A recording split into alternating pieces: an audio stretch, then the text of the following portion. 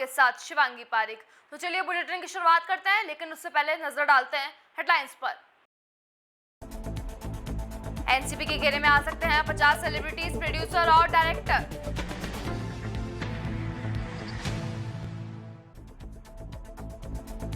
राजस्थान सवा 2 महीने से बिना टीम के घूम रहे हैं प्रदेश कांग्रेस के कप्तान गोविंद सिंह डोटासरा।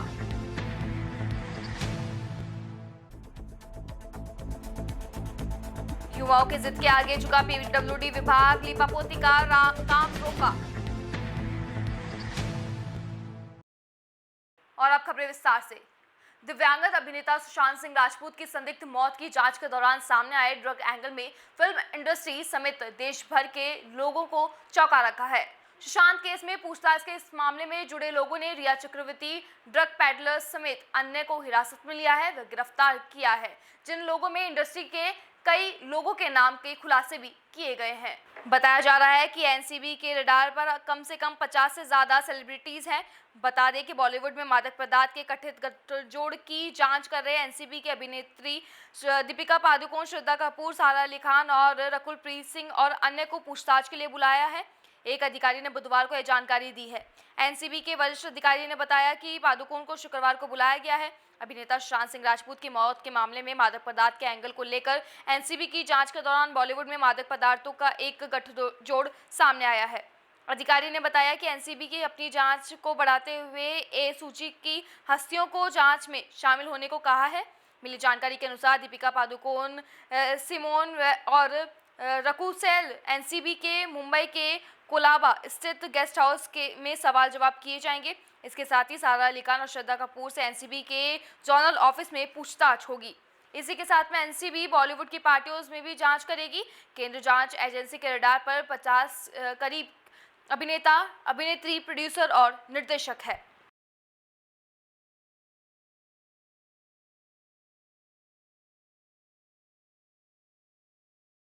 तो वहीं राजस्थान में कांग्रेस के पिछले सवा 2 महीने से केवल प्रदेश अध्यक्ष एकमात्र पदाधिकारी है। प्रदेश अध्यक्ष गोविंद सिंह डोटासरा को छोड़ राजस्थान कांग्रेस में एक भी पदाधिकारी की नियुक्ति नहीं हुई है। पिछले सवा 2 महीने से केवल अकेले प्रदेश अध्यक्ष के भरोसे पार्टी संगठन चल रहा है। फिलहाल संगठनात्मक नियुक्तियों में और समय लगना तय माना जा रहा है। इसके पीछे कई कारण गिनाए जा रहे हैं। पिछले दिनों सत्ता और संगठन में मचे सियासी घमासान में सचिन पायलट को प्रदेश अध्यक्ष से हटाने के बाद में प्रदेश, जिला और ब्लॉक के सभी कार्यकारिणी भंग कर दी गई थी। 15 जुलाई से लेकर अब तक संगठन की एक भी नियुक्ति नहीं की गई है।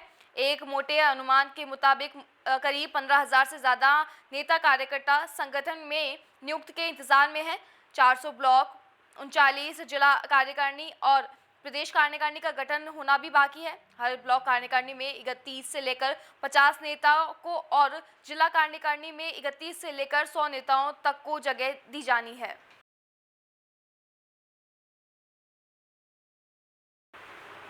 और अब खबर भीलवाड़ा से, जहां पे टेक्सटाइल ट्रेंड फाउंडेशन में आज गांधीधाम कच्छ स्थित श्री जी कॉनोबिक गैसेज में खरीदी गई नई 100 ऑक्सीजन गैस सिलेंडर प्राप्त कर रीको स्थित सांवरिया गैस में ऑक्सीजन गैस भरकर मुख्य चिकित्सा एवं स्वास्थ्य अधिकारी भीलवाड़ा को कोविड-19 के पीड़ित व्यक्तियों की सेवार्थ के लिए सुपुर्द किए गए हैं। इस मौके पर भीलवाड़ा टेक्सटाइल के फेडरेशन और संस्थापक सदस्य रामेश्वर काबरा, महासचिव मुकुंद सिंह राठौर, कार्यकारिणी अध्यक्ष अतुल शर्मा और स्वराज टिश्यूगेंस प्राइवेट लिमिटेड के director Sabir Mohammad oxygen gas cylinder की सुपुर्दगी लेते समय उपस्थित रहे।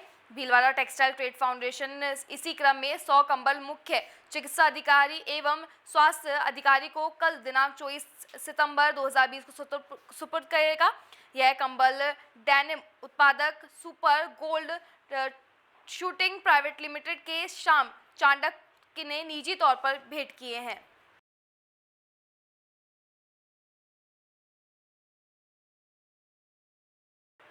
तो वहीं डीपी के न्यूज की खबर का असर देखने को मिला है। कहते हैं कि युवा वर्ग यदि जिद पे आ जाए तो हर असंभव कार्य को संभव कर दिखाता है। ऐसा ही कार्य किया है संगर गांव के आजाद युवा क्लब के सदस्यों ने। गांव में 1 साल के अंदर ही टूटकर बिखर चुकी थी तथा गारंटी अधीन सड़क के ठेकेदार चुपचाप रिपेयर करने आए तो आज़ाद युवा क्लब के सदस्यों एवं ग्रामीणों को पता चला और वे अपने विरोध दर्ज करवाने पहुंचे। साथ ही लिपापोती का कार्य विरोध करने लगे, जिस पर कार्य करने वाले कर्मचारी कोलातर तथा बजरी के सामान के साथ में वापस लौट गए तथा युवाओं ने चेतावनी देते हुए कहा कि सीसी सड़क पर कोलतार तथा बजरी का कार्य सड़क का सही तरीके से सफाई करके ही करें। बता दें कि 1 वर्ष पूर्व बनी सड़क बिखरने लगी थी तथा सड़क निर्माता ठेकेदार चुपचाप सड़क की बिना सफाई किए ही सड़क को दुरुस्त करने में लगे हुए थे। युवा क्लब और ग्रामीणों को इसकी भनक लगी, साथ ही उन्होंने मौके पर जाकर कार्य को रुकवाया। आज़ाद युवा क्लब संघर्ष के पवनदीप ने बताया कि सीसी रोड बनवाने में जमकर घोटाला हुआ है तथा घटिया सामग्री इस्तेमाल की गई है। पूरी सड़क इसमें टूट गई है, जिससे परिणाम ये हुआ कि सड़क 1 साल के अंदर ही बिखर गई तथा ठेकेदार को भनक लगते ही उसने पूरी तरीके से नए साफ करते हुए रेत से अटी सड़क पर ही कार्य करने को श्रमिक भेज दिए, जिसका हमने विरोध किया। बता दें कि ग्रामीणों ने इसका जायज़ मांग को डीपीके न्यूज़ ने अपनी प्रमुख खबर बनाकर चलाया, जिसका परिणाम ये हुआ कि सड़क की लिपापोती का कार्य बंद हो गया। ग्रामीणों ने इसके लिए डीपीके न्यूज़ का धन्यवाद भी दिया है।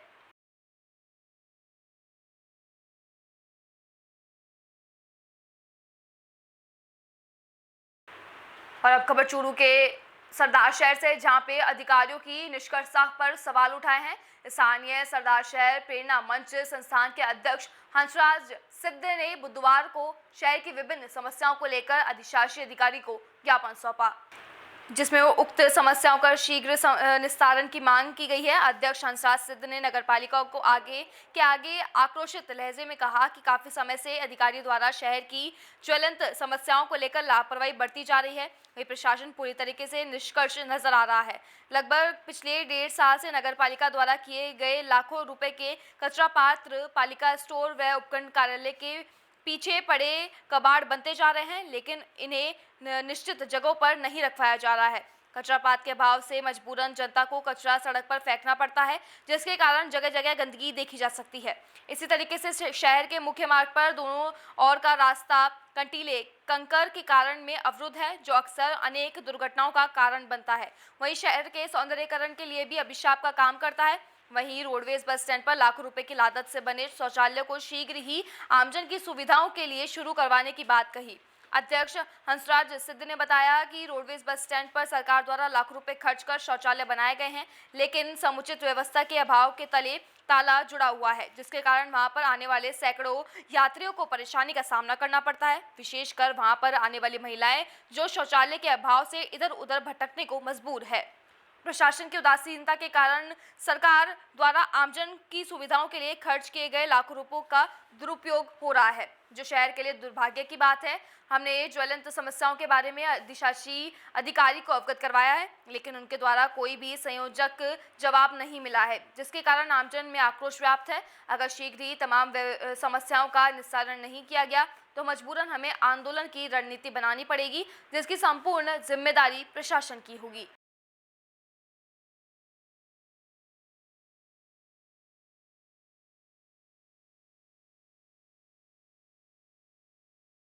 विभिन्न समस्याओं को लेकर आज आपने ज्ञापन दिया है, क्या क्या समस्याएं हो रही है शहर में? शहर की विभिन्न जन समस्याओं को लेकर आज ईओ साहब को ज्ञापन दिया है। उसमें जो कचरा पात्र काफ़ी समय से लाखों रुपए के कचरा पात्र नगर पालिका के स्टोर रूम में और एसडीएम ऑफिस में धूल फांक रहे हैं, उनके बारे में ज्ञापन दिया है कि समय रहते शीघ्र उनको शहर के अनेक स्थानों पर जहाँ आवश्यकता है वहाँ पे लगाया जाए, सार्वजनिक स्थान पे लगाया जाए, ताकि स्वच्छ सरदार शहर हो सके।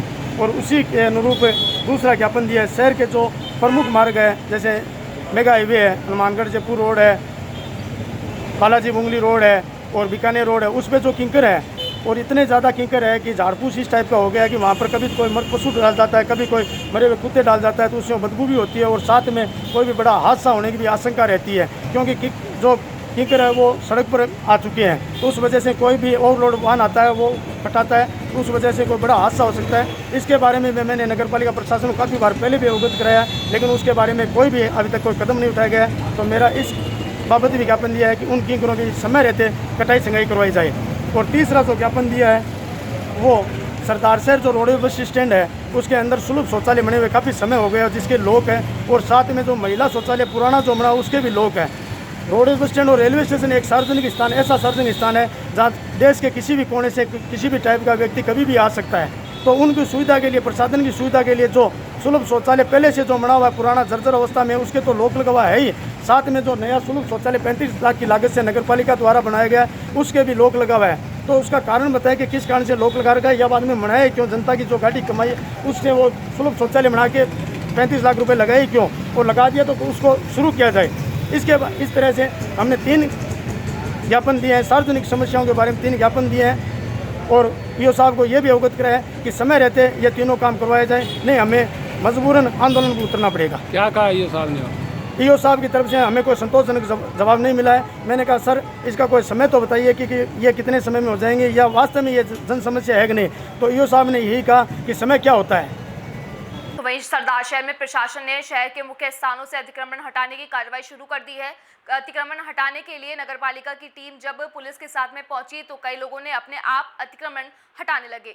इस अवसर पर प्रशासन ने लूणकरणसर बस स्टैंड पर किए गए कच्चे अतिक्रमण व गार्डों को हटाया तथा वहां पे विश्राम घर में रखा सामान भी हटाया गया। अतिक्रमण हटाने के बाद में स्टैंड साफ सुथरा दिखाई देने लगा। इस अवसर पर अधिकारी सतीश कुमार यादव ने बताया कि आमजन को किसी प्रकार की कोई परेशानी न हो, इसके लिए अतिक्रमण हटाया जा रहा है। उन्होंने बताया कि बस स्टैंड पर खड़ी करने के लिए बस मालिकों को निर्देश दिया गया है।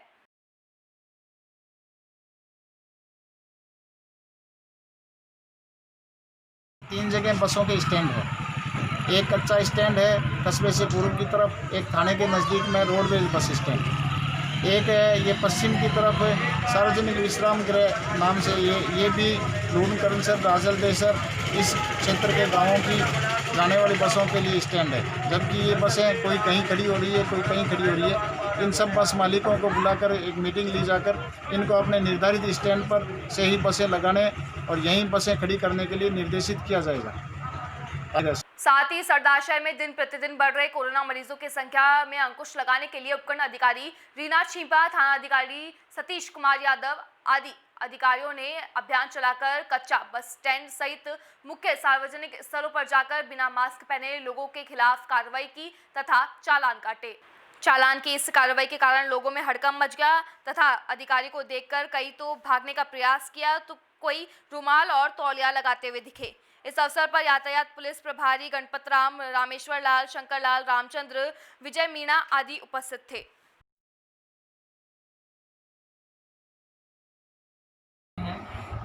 ये भारतीय स्वास्थ्य मंत्रालय, राजस्थान स्वास्थ्य मंत्रालय की गाइडलाइन है कि बिना मास्क के भीड़ भाड़ वाले स्थानों पर जाए नहीं, और यदि कोई जाता है तो उसके लिए जुर्माना भी राज्य सरकार ने निर्धारित किया है। हालांकि हम जब से ये शुरू हुआ है तब से पब्लिक के साथ समझाइश कर रहे हैं कि मास्क पहनकर जाएं, किसी भी जगह यदि जाते हैं सार्वजनिक स्थान पे भीड़ भाड़ वाले इलाके में जाने से बचें। तथापि लोग जो हैं वो अपनी ही हेल्थ को लेकर सतर्क नहीं है। इसकी वजह से हम जो है प्रतिदिन टीम बनाकर जॉइंट कार्रवाई कर रहे हैं, और आपके चैनल के माध्यम से भी मैं उपखंड प्रशासन की जनता से ये अपील करना चाहूँगी कि ये आपके स्वास्थ्य के लिए है, आपके परिवार की बेहतरी के लिए और आपको संक्रमण से बचाने के लिए है। तो जब भी घर से निकले मास्क लगाकर ही निकले। और अब खबर 12 के हरनवदा शाहजी कस्बे से, जहां पे लगभग 1 महीने से करीब आधा दर्जन नन्हे मुन्ने बच्चे बाजार में भीख मांगते दिखाई देते हैं। गरीब का दंश झेलते ये बच्चे भिक्षा वृत्ति के नाम से इन्हें नन्हे नन्हे हाथों में बड़ी जिम्मेदारी निभाते दिखाई देते हैं, जो जिम्मेदारी उनके माँ बाप की है। उनका निर्वाह ये बच्चे कर रहे हैं। तन पर फटे पुराने कपड़े, नंगे पैर, इनको देखकर हर किसी का दिल पसीज जाता है। ऐसा ही दृश्य कस्बे के मेन मार्केट में देखने को मिला। छोटी सी इस खिलौने खेलने कूदने की उम्र में एक बालिका कई दिनों से अपने भाई को कंधे पर लेकर दिन भर मार्केट में भीख मांगती नजर आई। बालिका की उम्र खुद को संभालने की भी नहीं है, लेकिन अपने भाई को कंधे पर उठाए दिन भर घूमती रहती है। जो बच्चे अपने माँ बाप का नाम तक बताने से असमर्थ है, वह इन नन्हे नन्हे कोमल कंधों पर इतनी बड़ी जिम्मेदारी कैसे निभा रहे हैं, ईश्वर ही जाने। अब इसे माँ बाप की लापरवाही कहें या गरीब की मार, जो जानबूझकर या फिर मजबूरन अपने बच्चों को भीख मांगने के लिए ऐसे रोड पर छोड़ देते हैं। ऐसे में अगर इन बच्चों के साथ में कोई हादसा हो जाता है तो ये बच्चे अपने माँ बाप का नाम भी बताने में असमर्थ हैं। और अब खबर जैसलमेर जिले से, जहां पे कलेक्टर आशीष मोदी ने जिला मुख्यालय पर संचालित कोविड केयर सेंटर किसान भवन का औचक निरीक्षण करा। वहां पर कोरोना पॉजिटिव रोगियों को दी जा रही चिकित्सा सेवाओं के साथ ही सेंटर की सफाई व्यवस्था एवं अन्य व्यवस्थाओं का जायजा लिया। जिला कलेक्टर ने कोविड केयर सेंटर में भर्ती मरीजों की कुशल बेश पूछी। उन्होंने भर्ती मरीजों को मिल रही चिकित्सा सुविधा के साथ ही भोजन एवं अन्य सुविधाओं के बारे में जानकारी ली और मरीजों से फीडबैक लिया। मरीजों ने बताया कि उन्हें सुविधाएं तो मिल रही है, लेकिन सफाई व्यवस्था को और अधिक बेहतर बनाने की जरूरत है। जिला कलेक्टर ने मुख्य चिकित्सा एवं स्वास्थ्य अधिकारी को निर्देश दिए कि कोविड केयर सेंटर पर 24 घंटे चिकित्साकर्मी तैनात रखें तथा किसी भी रोगी की जांच की जरूरत पड़े तो तुरंत उन्हें चिकित्सा सुविधा मुहैया कराई जा सके। मुख्य चिकित्सा एवं स्वास्थ्य अधिकारी ने जिला कलेक्टर को बताया कि किसान भवन कोविड केयर सेंटर में 75 मरीजों के लिए उचित व्यवस्थाएं रखी गई है। उन्होंने बताया कि इसमें वर्तमान में 27 कोरोना पॉजिटिव मरीज इस केंद्र में भर्ती है। निरीक्षण के दौरान जिला कलेक्टर के साथ में मुख्य चिकित्सा एवं स्वास्थ्य अधिकारी डॉक्टर BK बालूपाल एवं नगर परिषद आयुक्त जब्बर सिंह भी साथ में रहे।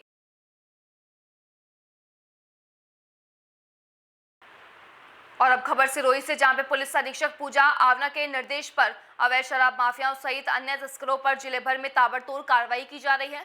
लगातार हो रही इस कार्रवाई की बदौलत अवैध माफिया एवं तस्कर भी खौफ खाने लगे हैं। वहीं आपको बता दें कि आबू रोड रिको पुलिस ने एक बार फिर बड़ी कार्रवाई को अंजाम देते हुए अवैध शराब तस्करों पर शिकंजा कसा है। अवैध शराब से भरे ट्रक को पकड़कर 2 तस्करों को भी गिरफ्तार किया है। दरअसल पकड़े गए ट्रक से 380 कार्टून शराब बरामद की गई है। वहीं पकड़ी गई शराब की कीमत भी लाखों रुपए की बताई जा रही है। गौरतलब है कि दूध कोल्ड ड्रिंक के कार्टून की आड़ में शराब का परिवहन हरियाणा से गुजरात की ओर हो रहा है। पूरी कार्रवाई आबू रोड रिको थाना क्षेत्र के मावल पुलिस चौकी पर हुई है। निस्तारण के हो रही कार्रवाई से अवैध माफियाओं में हड़कंप मचा हुआ है।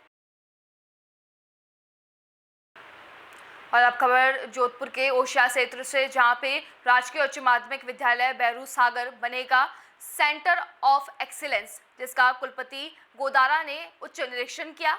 वर्तमान महावीर कोटा खुला विश्वविद्यालय के कुलपति प्रोफेसर RL गोदारा ने मीडिया से रूबरू होते हुए बताया कि शहीद भवानी सिंह चौहान और राजकीय उच्च माध्यमिक विद्यालय भैरू सागर के संस्था प्रधान डॉक्टर बंसीलाल जाखड़ व उनकी संपूर्ण टीम की शिक्षा के संदर्भ में दूरगामी सोच और शैक्षिक प्रदर्शन तथा सकारात्मक चिंतन को देखते हुए एक उत्कृष्ट राजकीय विद्यालय ऑफ सेंटर ऑफ एक्सीलेंस के रूप में हमारा विश्वविद्यालय विकसित करने का प्रयास करेगा। यहाँ पर प्रत्येक विद्यार्थी को अपने कौशल उन्नयन, भविष्य की रोजगारपरक शिक्षा, वर्तमान तनाव भरी जिंदगी में काउंसलिंग इत्यादि के माध्यम से इस क्षेत्र में लोगों के लिए यह सेंटर बहु उपयोगी संस्थान बनकर भविष्य में उभरेगा। कुलपति ने बताया कि प्रत्येक युवा में बहुआयामी कौशल का विकास तथा उनके भविष्य को संवारने के लिए विभिन्न विशेषज्ञों की सेवाएं इस केंद्र पर ली जा सकेगी।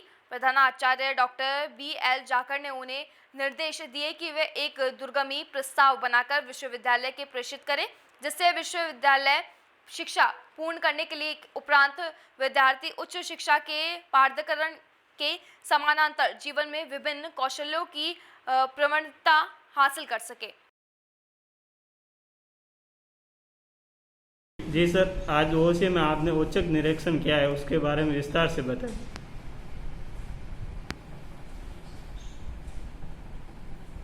मुझे इस बात की खुशी है कि वर्धमान महावीर खुला विश्वविद्यालय, जिसको लोकप्रिय रूप में ओपन यूनिवर्सिटी के नाम से जाना जाता है, उस परिवार का मुखिया होने के नाते और जिम्मेदार नागरिक होने के नाते मैं इस माध्यम से सबसे पहले गवर्नमेंट स्कूल की प्रिंसिपल जाकिर साहब को और उसकी टीम को बधाई और साधुवाद देना चाहूँगा कि इस विपरीत परिस्थितियों में भी इन्होंने और इनकी टीम ने शानदार तरीके से सोशल डिस्टेंस को भी मेंटेन करते हुए मास्क और सब सुविधाओं का भी ध्यान रखते हुए इस बड़ी चुनौतीपूर्ण परीक्षा को अंजाम दे रहे हैं। मित्रों, सिटी तक पहुंचने में बड़ी सहजता रहती है, पर रिमोट एरिया में, दूर दराज में और ऐसी जगह में, और चूंकि मेरा थोड़ा बैकग्राउंड ऐसा है इसलिए यहाँ तक आने की मेरी इच्छा थी और मन से आया हूँ। बच्चों को हौसला अफजाई के लिए मैं कहना चाहूँगा कि आप अच्छी तैयारी करें, अपने पेपर में अच्छे अंक हासिल करें और अगर कहीं मार्क्स की परसेंटेज कम ज़्यादा, क्योंकि ये बड़ी टिपिकल एग्जाम हो रही है, तो मैं पेरेंट्स से यहाँ कहना चाहूँगा कि वो बच्चों से परसेंटेज नहीं पहुँचे, मेरिट के नाम पर उनको तुलना नहीं करें कि आपके 60 नहीं आए, 70, 80, 90। इस बार उनसे ये पूछें कि आपने हंसते हंसते परीक्षा दी या नहीं दी। ये परीक्षा उस कोरोना को हराने के लिए या डराने के लिए चुनौती भरा आमना सामना है, जैसे हम लोग की स्पोर्ट्स स्पिरिट होती है कि हम जीते या हारे, ये कोई बड़ी बात नहीं होती है, लेकिन मुकाबला करें, उस इवेंट में भाग लें और पूरा करें। जैसे ये परीक्षा शुरू हुई है और ये पूरी परीक्षा शानदार ढंग से न केवल गवर्नमेंट स्कूल ओसिया में बल्कि पूरे राजस्थान में हो, इस तरह की अपेक्षाओं के साथ पुनः मैं एक बार मेरी वीएमओ की टीम की तरफ से और स्वयं की तरफ से भी जाकिर साहब और ओसिया की टीम के, गवर्नमेंट स्कूल के कर्मचारियों, पियोन से लेकर प्रिंसिपल तक को इस बात का साधुवाद देता हूँ और हम लोग आभारी हैं कि विपरीत परिस्थितियों में भी होते हुए हमें किसी भी तरह की असुविधा महसूस नहीं हुई। यूँ लगा मेरे बात ही कि इन्होंने बड़ी सहजता से हंसते हंसते परीक्षा कराना, ऑबे विद स्माइलिंग, बहुत बड़ी बात है। उसके लिए पुनः एक बार ये साधुवाद के बात है। और अब खबर झालावाड़ जिले के गंगधार उपखंड क्षेत्र से, जहां पर पिछले 2 दिन से रुक रुक कर हो रही बारिश से खरीफ की फसल को काफी नुकसान हुआ है। आपको बता दें कि पहले से ही फफूंद जनित रोग से सोयाबीन की फसल काफी खराब हो चुकी थी, जिसको लेकर किसानों ने मुख्यमंत्री के नाम ज्ञापन भी दिए थे। वहीं क्षेत्र में सोयाबीन, मूंग, उड़द, मक्का सहित खरीफ की फसलों की कटाई का कार्य जोरों से चल रहा है। ऐसे में 2 दिन से हो रही बारिश से किसान की खेतों में खड़ी हुई और कटी हुई फसल को नुकसान पहुंचा है, जैसे सोयाबीन व उड़द की फसल सड़ने लगी है। क्या नाम है आपका और क्या नुकसान हुआ है? शंकरलाल नाम है, शंकरलाल आजना, कशनारा का रहने वाला हूँ। ये सोयाबीन में पहले भी पीलिया रोग की बीमारी थी, उससे भी नष्ट हो गई और बाकी जो रही अभी बारिश हुई नहीं है, रात को 2-3 दिन से लगातार बारिश, इससे जो कोलिया थी ये भी सड़ने लगी और खड़ी फसल है उसमें भी नुकसान है। और जो काटी उड़द, मूंग, मूंगफली, मक्का सब में मतलब इन्हें पानी से दाने उगने लगे और सारी फसल खराब हो गई। फिलहाल स्टेट न्यूज बुलेटिन में बस इतना ही। आप देखते रहिए डीपीके न्यूज। नमस्कार।